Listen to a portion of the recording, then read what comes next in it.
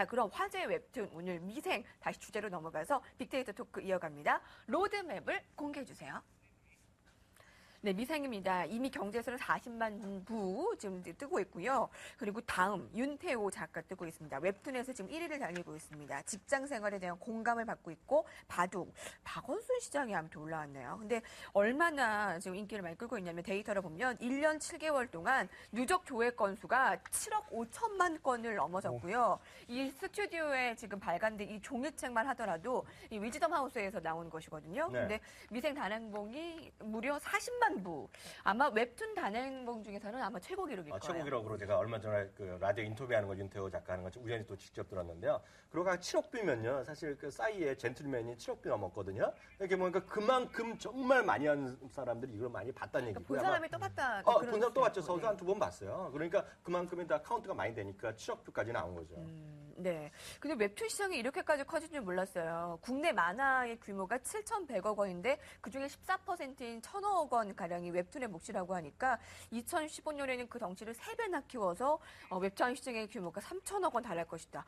굉장히 대단하네요. 근데 이 규모가 이렇게 클 수 있는 배경은 무엇이었을까요? 맞습니다. 사실은 그 소위 우리 그냥 웹툰이라고 뭐 쉽게 얘기하잖아요. 그래서 웹툰에 대해서 미국에서도요. 어떤 이런 엔터테인먼트 이런 비즈니스 연구하는 사람, 출판하는 사람들이 조사한 분석을 봤더니 참 여기서 한 가지.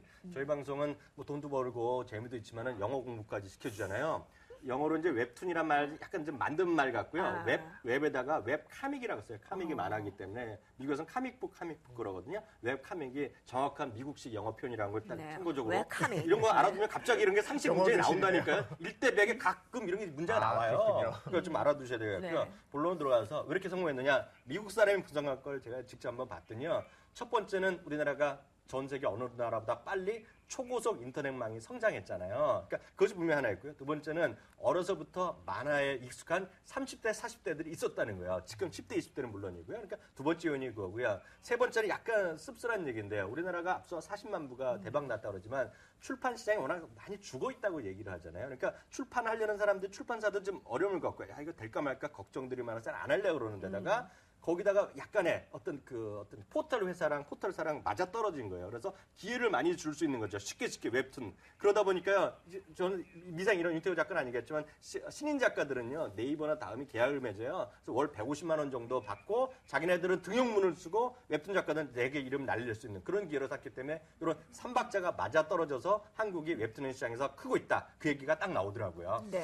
사실 우리 그 웹툰 얘기하면은 우리가 뭐 비주류 얘기하지만 예전부터 만화는 자체가 주류 시장이었어요. 그렇죠. 예전에 신문 보시면 4컷, 1컷짜리 만화가 가장 위트 있고 고급스럽게 풍자라는 대표적인 수단이었고요. 구바오 선생. 네, 그렇죠. 구바오. 네네. 근데 이제 만화가 이제 얘기하신 그 코믹북 시대로 넘어가면서 어머니들이 왜 만화 좀 그만 보고 공부 좀 해! 이렇게 얘기가 된 거죠. 네. 근데 지금의 웹툰 문화는 어떻게 시작됐냐면 이제 예전에 신문, 잡지 이런 거 안 읽는 사람들이 포털에서 모든 콘텐츠 소비하고 뉴스를 보는 사람들이 그들의 문화로 시작이 됐어요. 그러다 보니까 굉장히 많은 사람들이 보긴 했지만 그 주류 문화로 편입하는데 시간차가 약간 있었다는 거죠. 맞습니다. 일본 같은 경우에는요, 좀 시장이 많이 발달돼 있잖아요. 모바일 만화가 다니는데 거기는 기존 출판 문화를 온라인을 스캔해서 보여주는 용도, 그게 성향이 커요. 그리고 미국은 앞서도 얘기했다시피 서너 컷짜리 신문에 하는 거고. 근데 우리나라 특징은요, 길잖아요. 네, 그러니까 네. 걔네들은 미국식 표현을 하면요, 그냥 무한의 긴 캔버스가 있다는 거예요. 그러니까 그런 것이 오히려 장점으로 지금 사용하고 있고, 또 하나가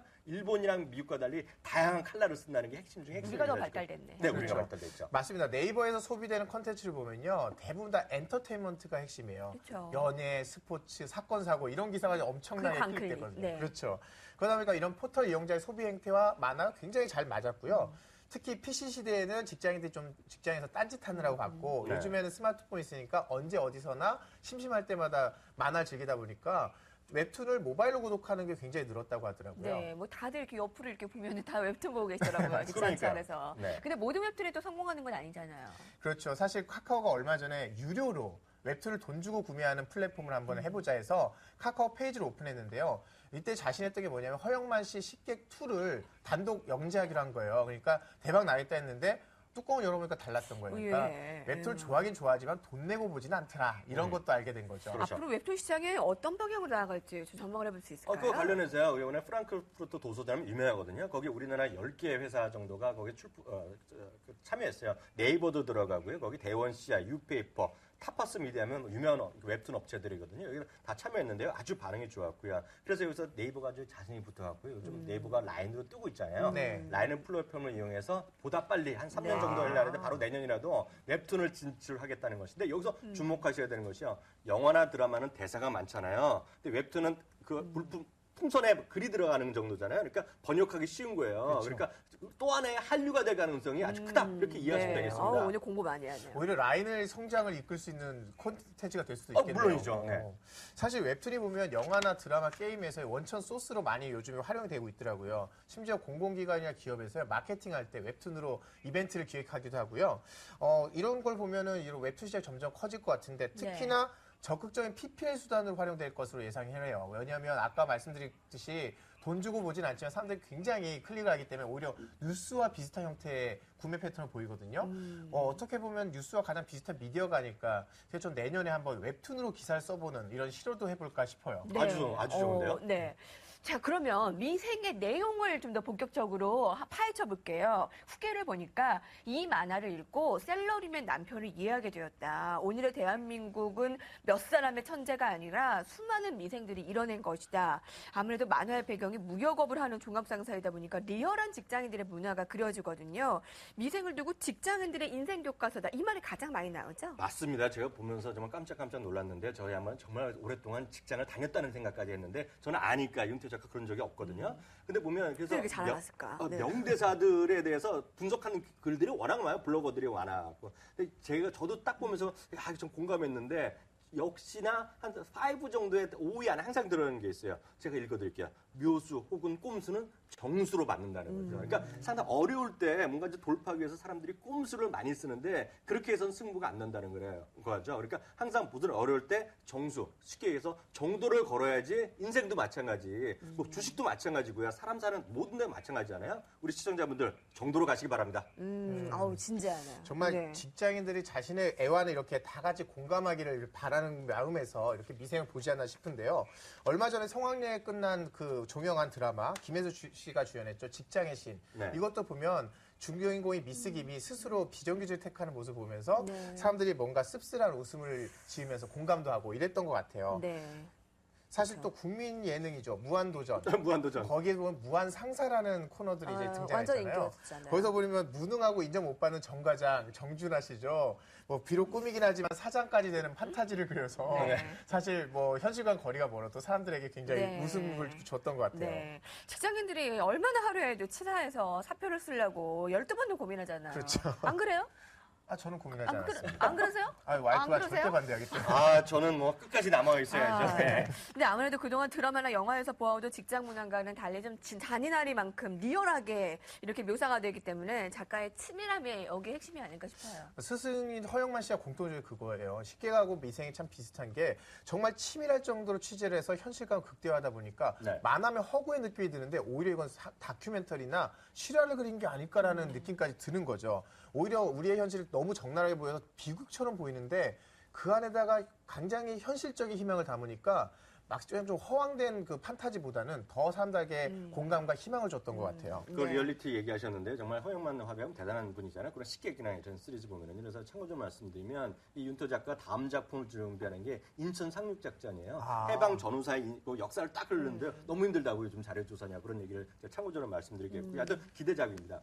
사실 미생 보면 네. 이게 우리 자체 삶이에요. 미생 뜻 자체가 아직 살지 못했다는 뜻이거든요. 그렇죠. 뭐 언데드, 뭐 좀비 이게 죽었는데 돌아다니니까 아직 죽어야 되는데 아직 덜 죽었잖아요. 그 말대로 반대로 살긴 살았는데 아직 불안전한 삶. 그런데 고등학교 때 보면 대학을 가야지만 불안하잖아요. 대학을 그렇죠. 가야 될 것 같고. 네.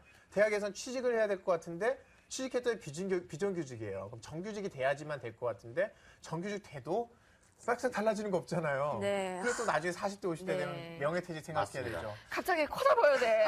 너무 슬퍼요. 우리 사실- 아버지도 생각나. 갑자기 눈물 흘리는 그런 감동의 드라마를 저희가 쓰고 있는데요. 제가 윤태호 작가 보면서요. 사실 저는 알지만은 이 드라마 그 만화를 보면서 웹툰을 보면서 저는 이 양반이 최소한 자기는 아니더라도요 친구나 주위에 대우그룹에 다녔던 사람이었다라는 생각이 확 들더라고요. 사실 제가 뜬금없네요. 배우 출신이시잖아요. 제가 대우 경제연구소랑 대우증권에서 10년 이상 있었는데요. 사실 은근 잘 나갔거든요. 직장인분들은 아시겠지만 특진한 게 있어요. 3호봉 받는 건데 제가 2번을 받았어요. 뭘 잘하셨길래? 얘기해드리잖아요. 그래서 축하드립니다. 그땐 잘 나갔는데 뭘 잘 나갔냐면 자동차를 잘 판 거예요. 대우그룹에서 자동차 뭐 주위에 많을 거예요. 제가 한 10년 다니는 동안에 IF 때문에 그게 없어졌죠. 망해갖고요. 대우자동차가요. 한 100대 팔았거든요. 근데 뭐 어이가 없잖아요. 말도 안 되는 걸 시키는 거예요. 대우그룹이요. 근데 아니, 경제연구소 계신 분이 무슨 차를 팔아서 잘 팔았다고 제가 그래요. 특집 받은 사람. 근데 지금 또 유명한 사람 지금 높은 자리에 있는 사람 많아요. 근데 문제는 그게 아니라 그렇게 어렵고 말도 안 되는 일을 했던 사람들이 예를 들어서 공격적인 경영하는 데 있잖아요. 네. 대표로 펜텍, 이번에 문제됐던 STX 그룹 가면요. 대우그룹 출신이 깔려있다고 그래요. 왜냐면 그런 사람도 더 좋아하는 거야. 공격적인 경영. 야, 이런 뭐라도 한다. 이런 정신이 있다는 거죠. 그래서 다 다른 데로 가서 이제 망했나? 모르죠. 그것까지 제가 말할 수는 없죠. 모두 돌격 앞으로 했다가 예. 근데 미생의 주인공이 이제 장글의 사원이잖아요. 이게 그렇죠, 뭐 네. 빙그레도 아니고 땡그랑도 아니고 업무에 있어서나 동료와의 관계에서 그 바둑의 수를 대입해서 잘 헤쳐나가는데 자, 두 분은 이제 마지막으로 어떤 메시지를 받으셨어요? 제 얘기부터 해드리면요. 이런 얘기 하고 싶어요.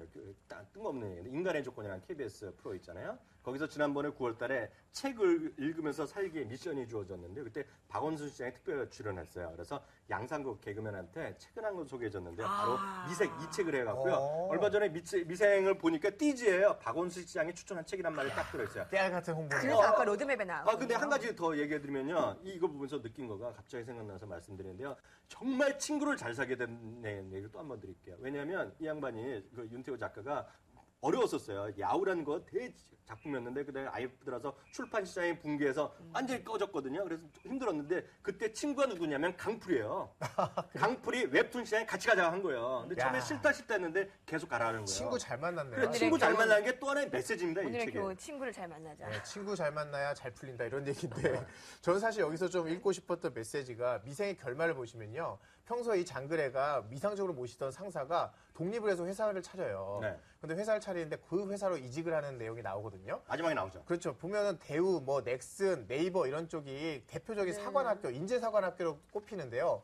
이 회사 안에서 내 영역을 찾는 것도 반복이지만 그게 아니라 여기서 잘 배워서 독립을 해서 새로운 세계에 가서 나의 또 새로운 영역을 구축하는 것도 답이다라는 어떤 메시지가 아닐까. 네. 그래서 청년들한테 도전 정신, 우리 직전에 진격의 거인 때 보여줬던 것, 창조경제 정신 예, 예. 이런 게 아닐까 싶기도 해요. 오늘 직장인분들이 빅머니 방송을 꼭 보셔야 되는데 네. 지금 점심시간이에요. 아유, 그러니까요. 점심이 문제가 아니고 지금 런치도 이걸 한번 보셔야 해야겠는데요, 되는데 점심권도. 그러니까 이건 제 방송도 여러분 꼭 보시고요. 잠시 후에 올 토크와 관련한 두 분의 관심 가는 딱한 종목 이어집니다.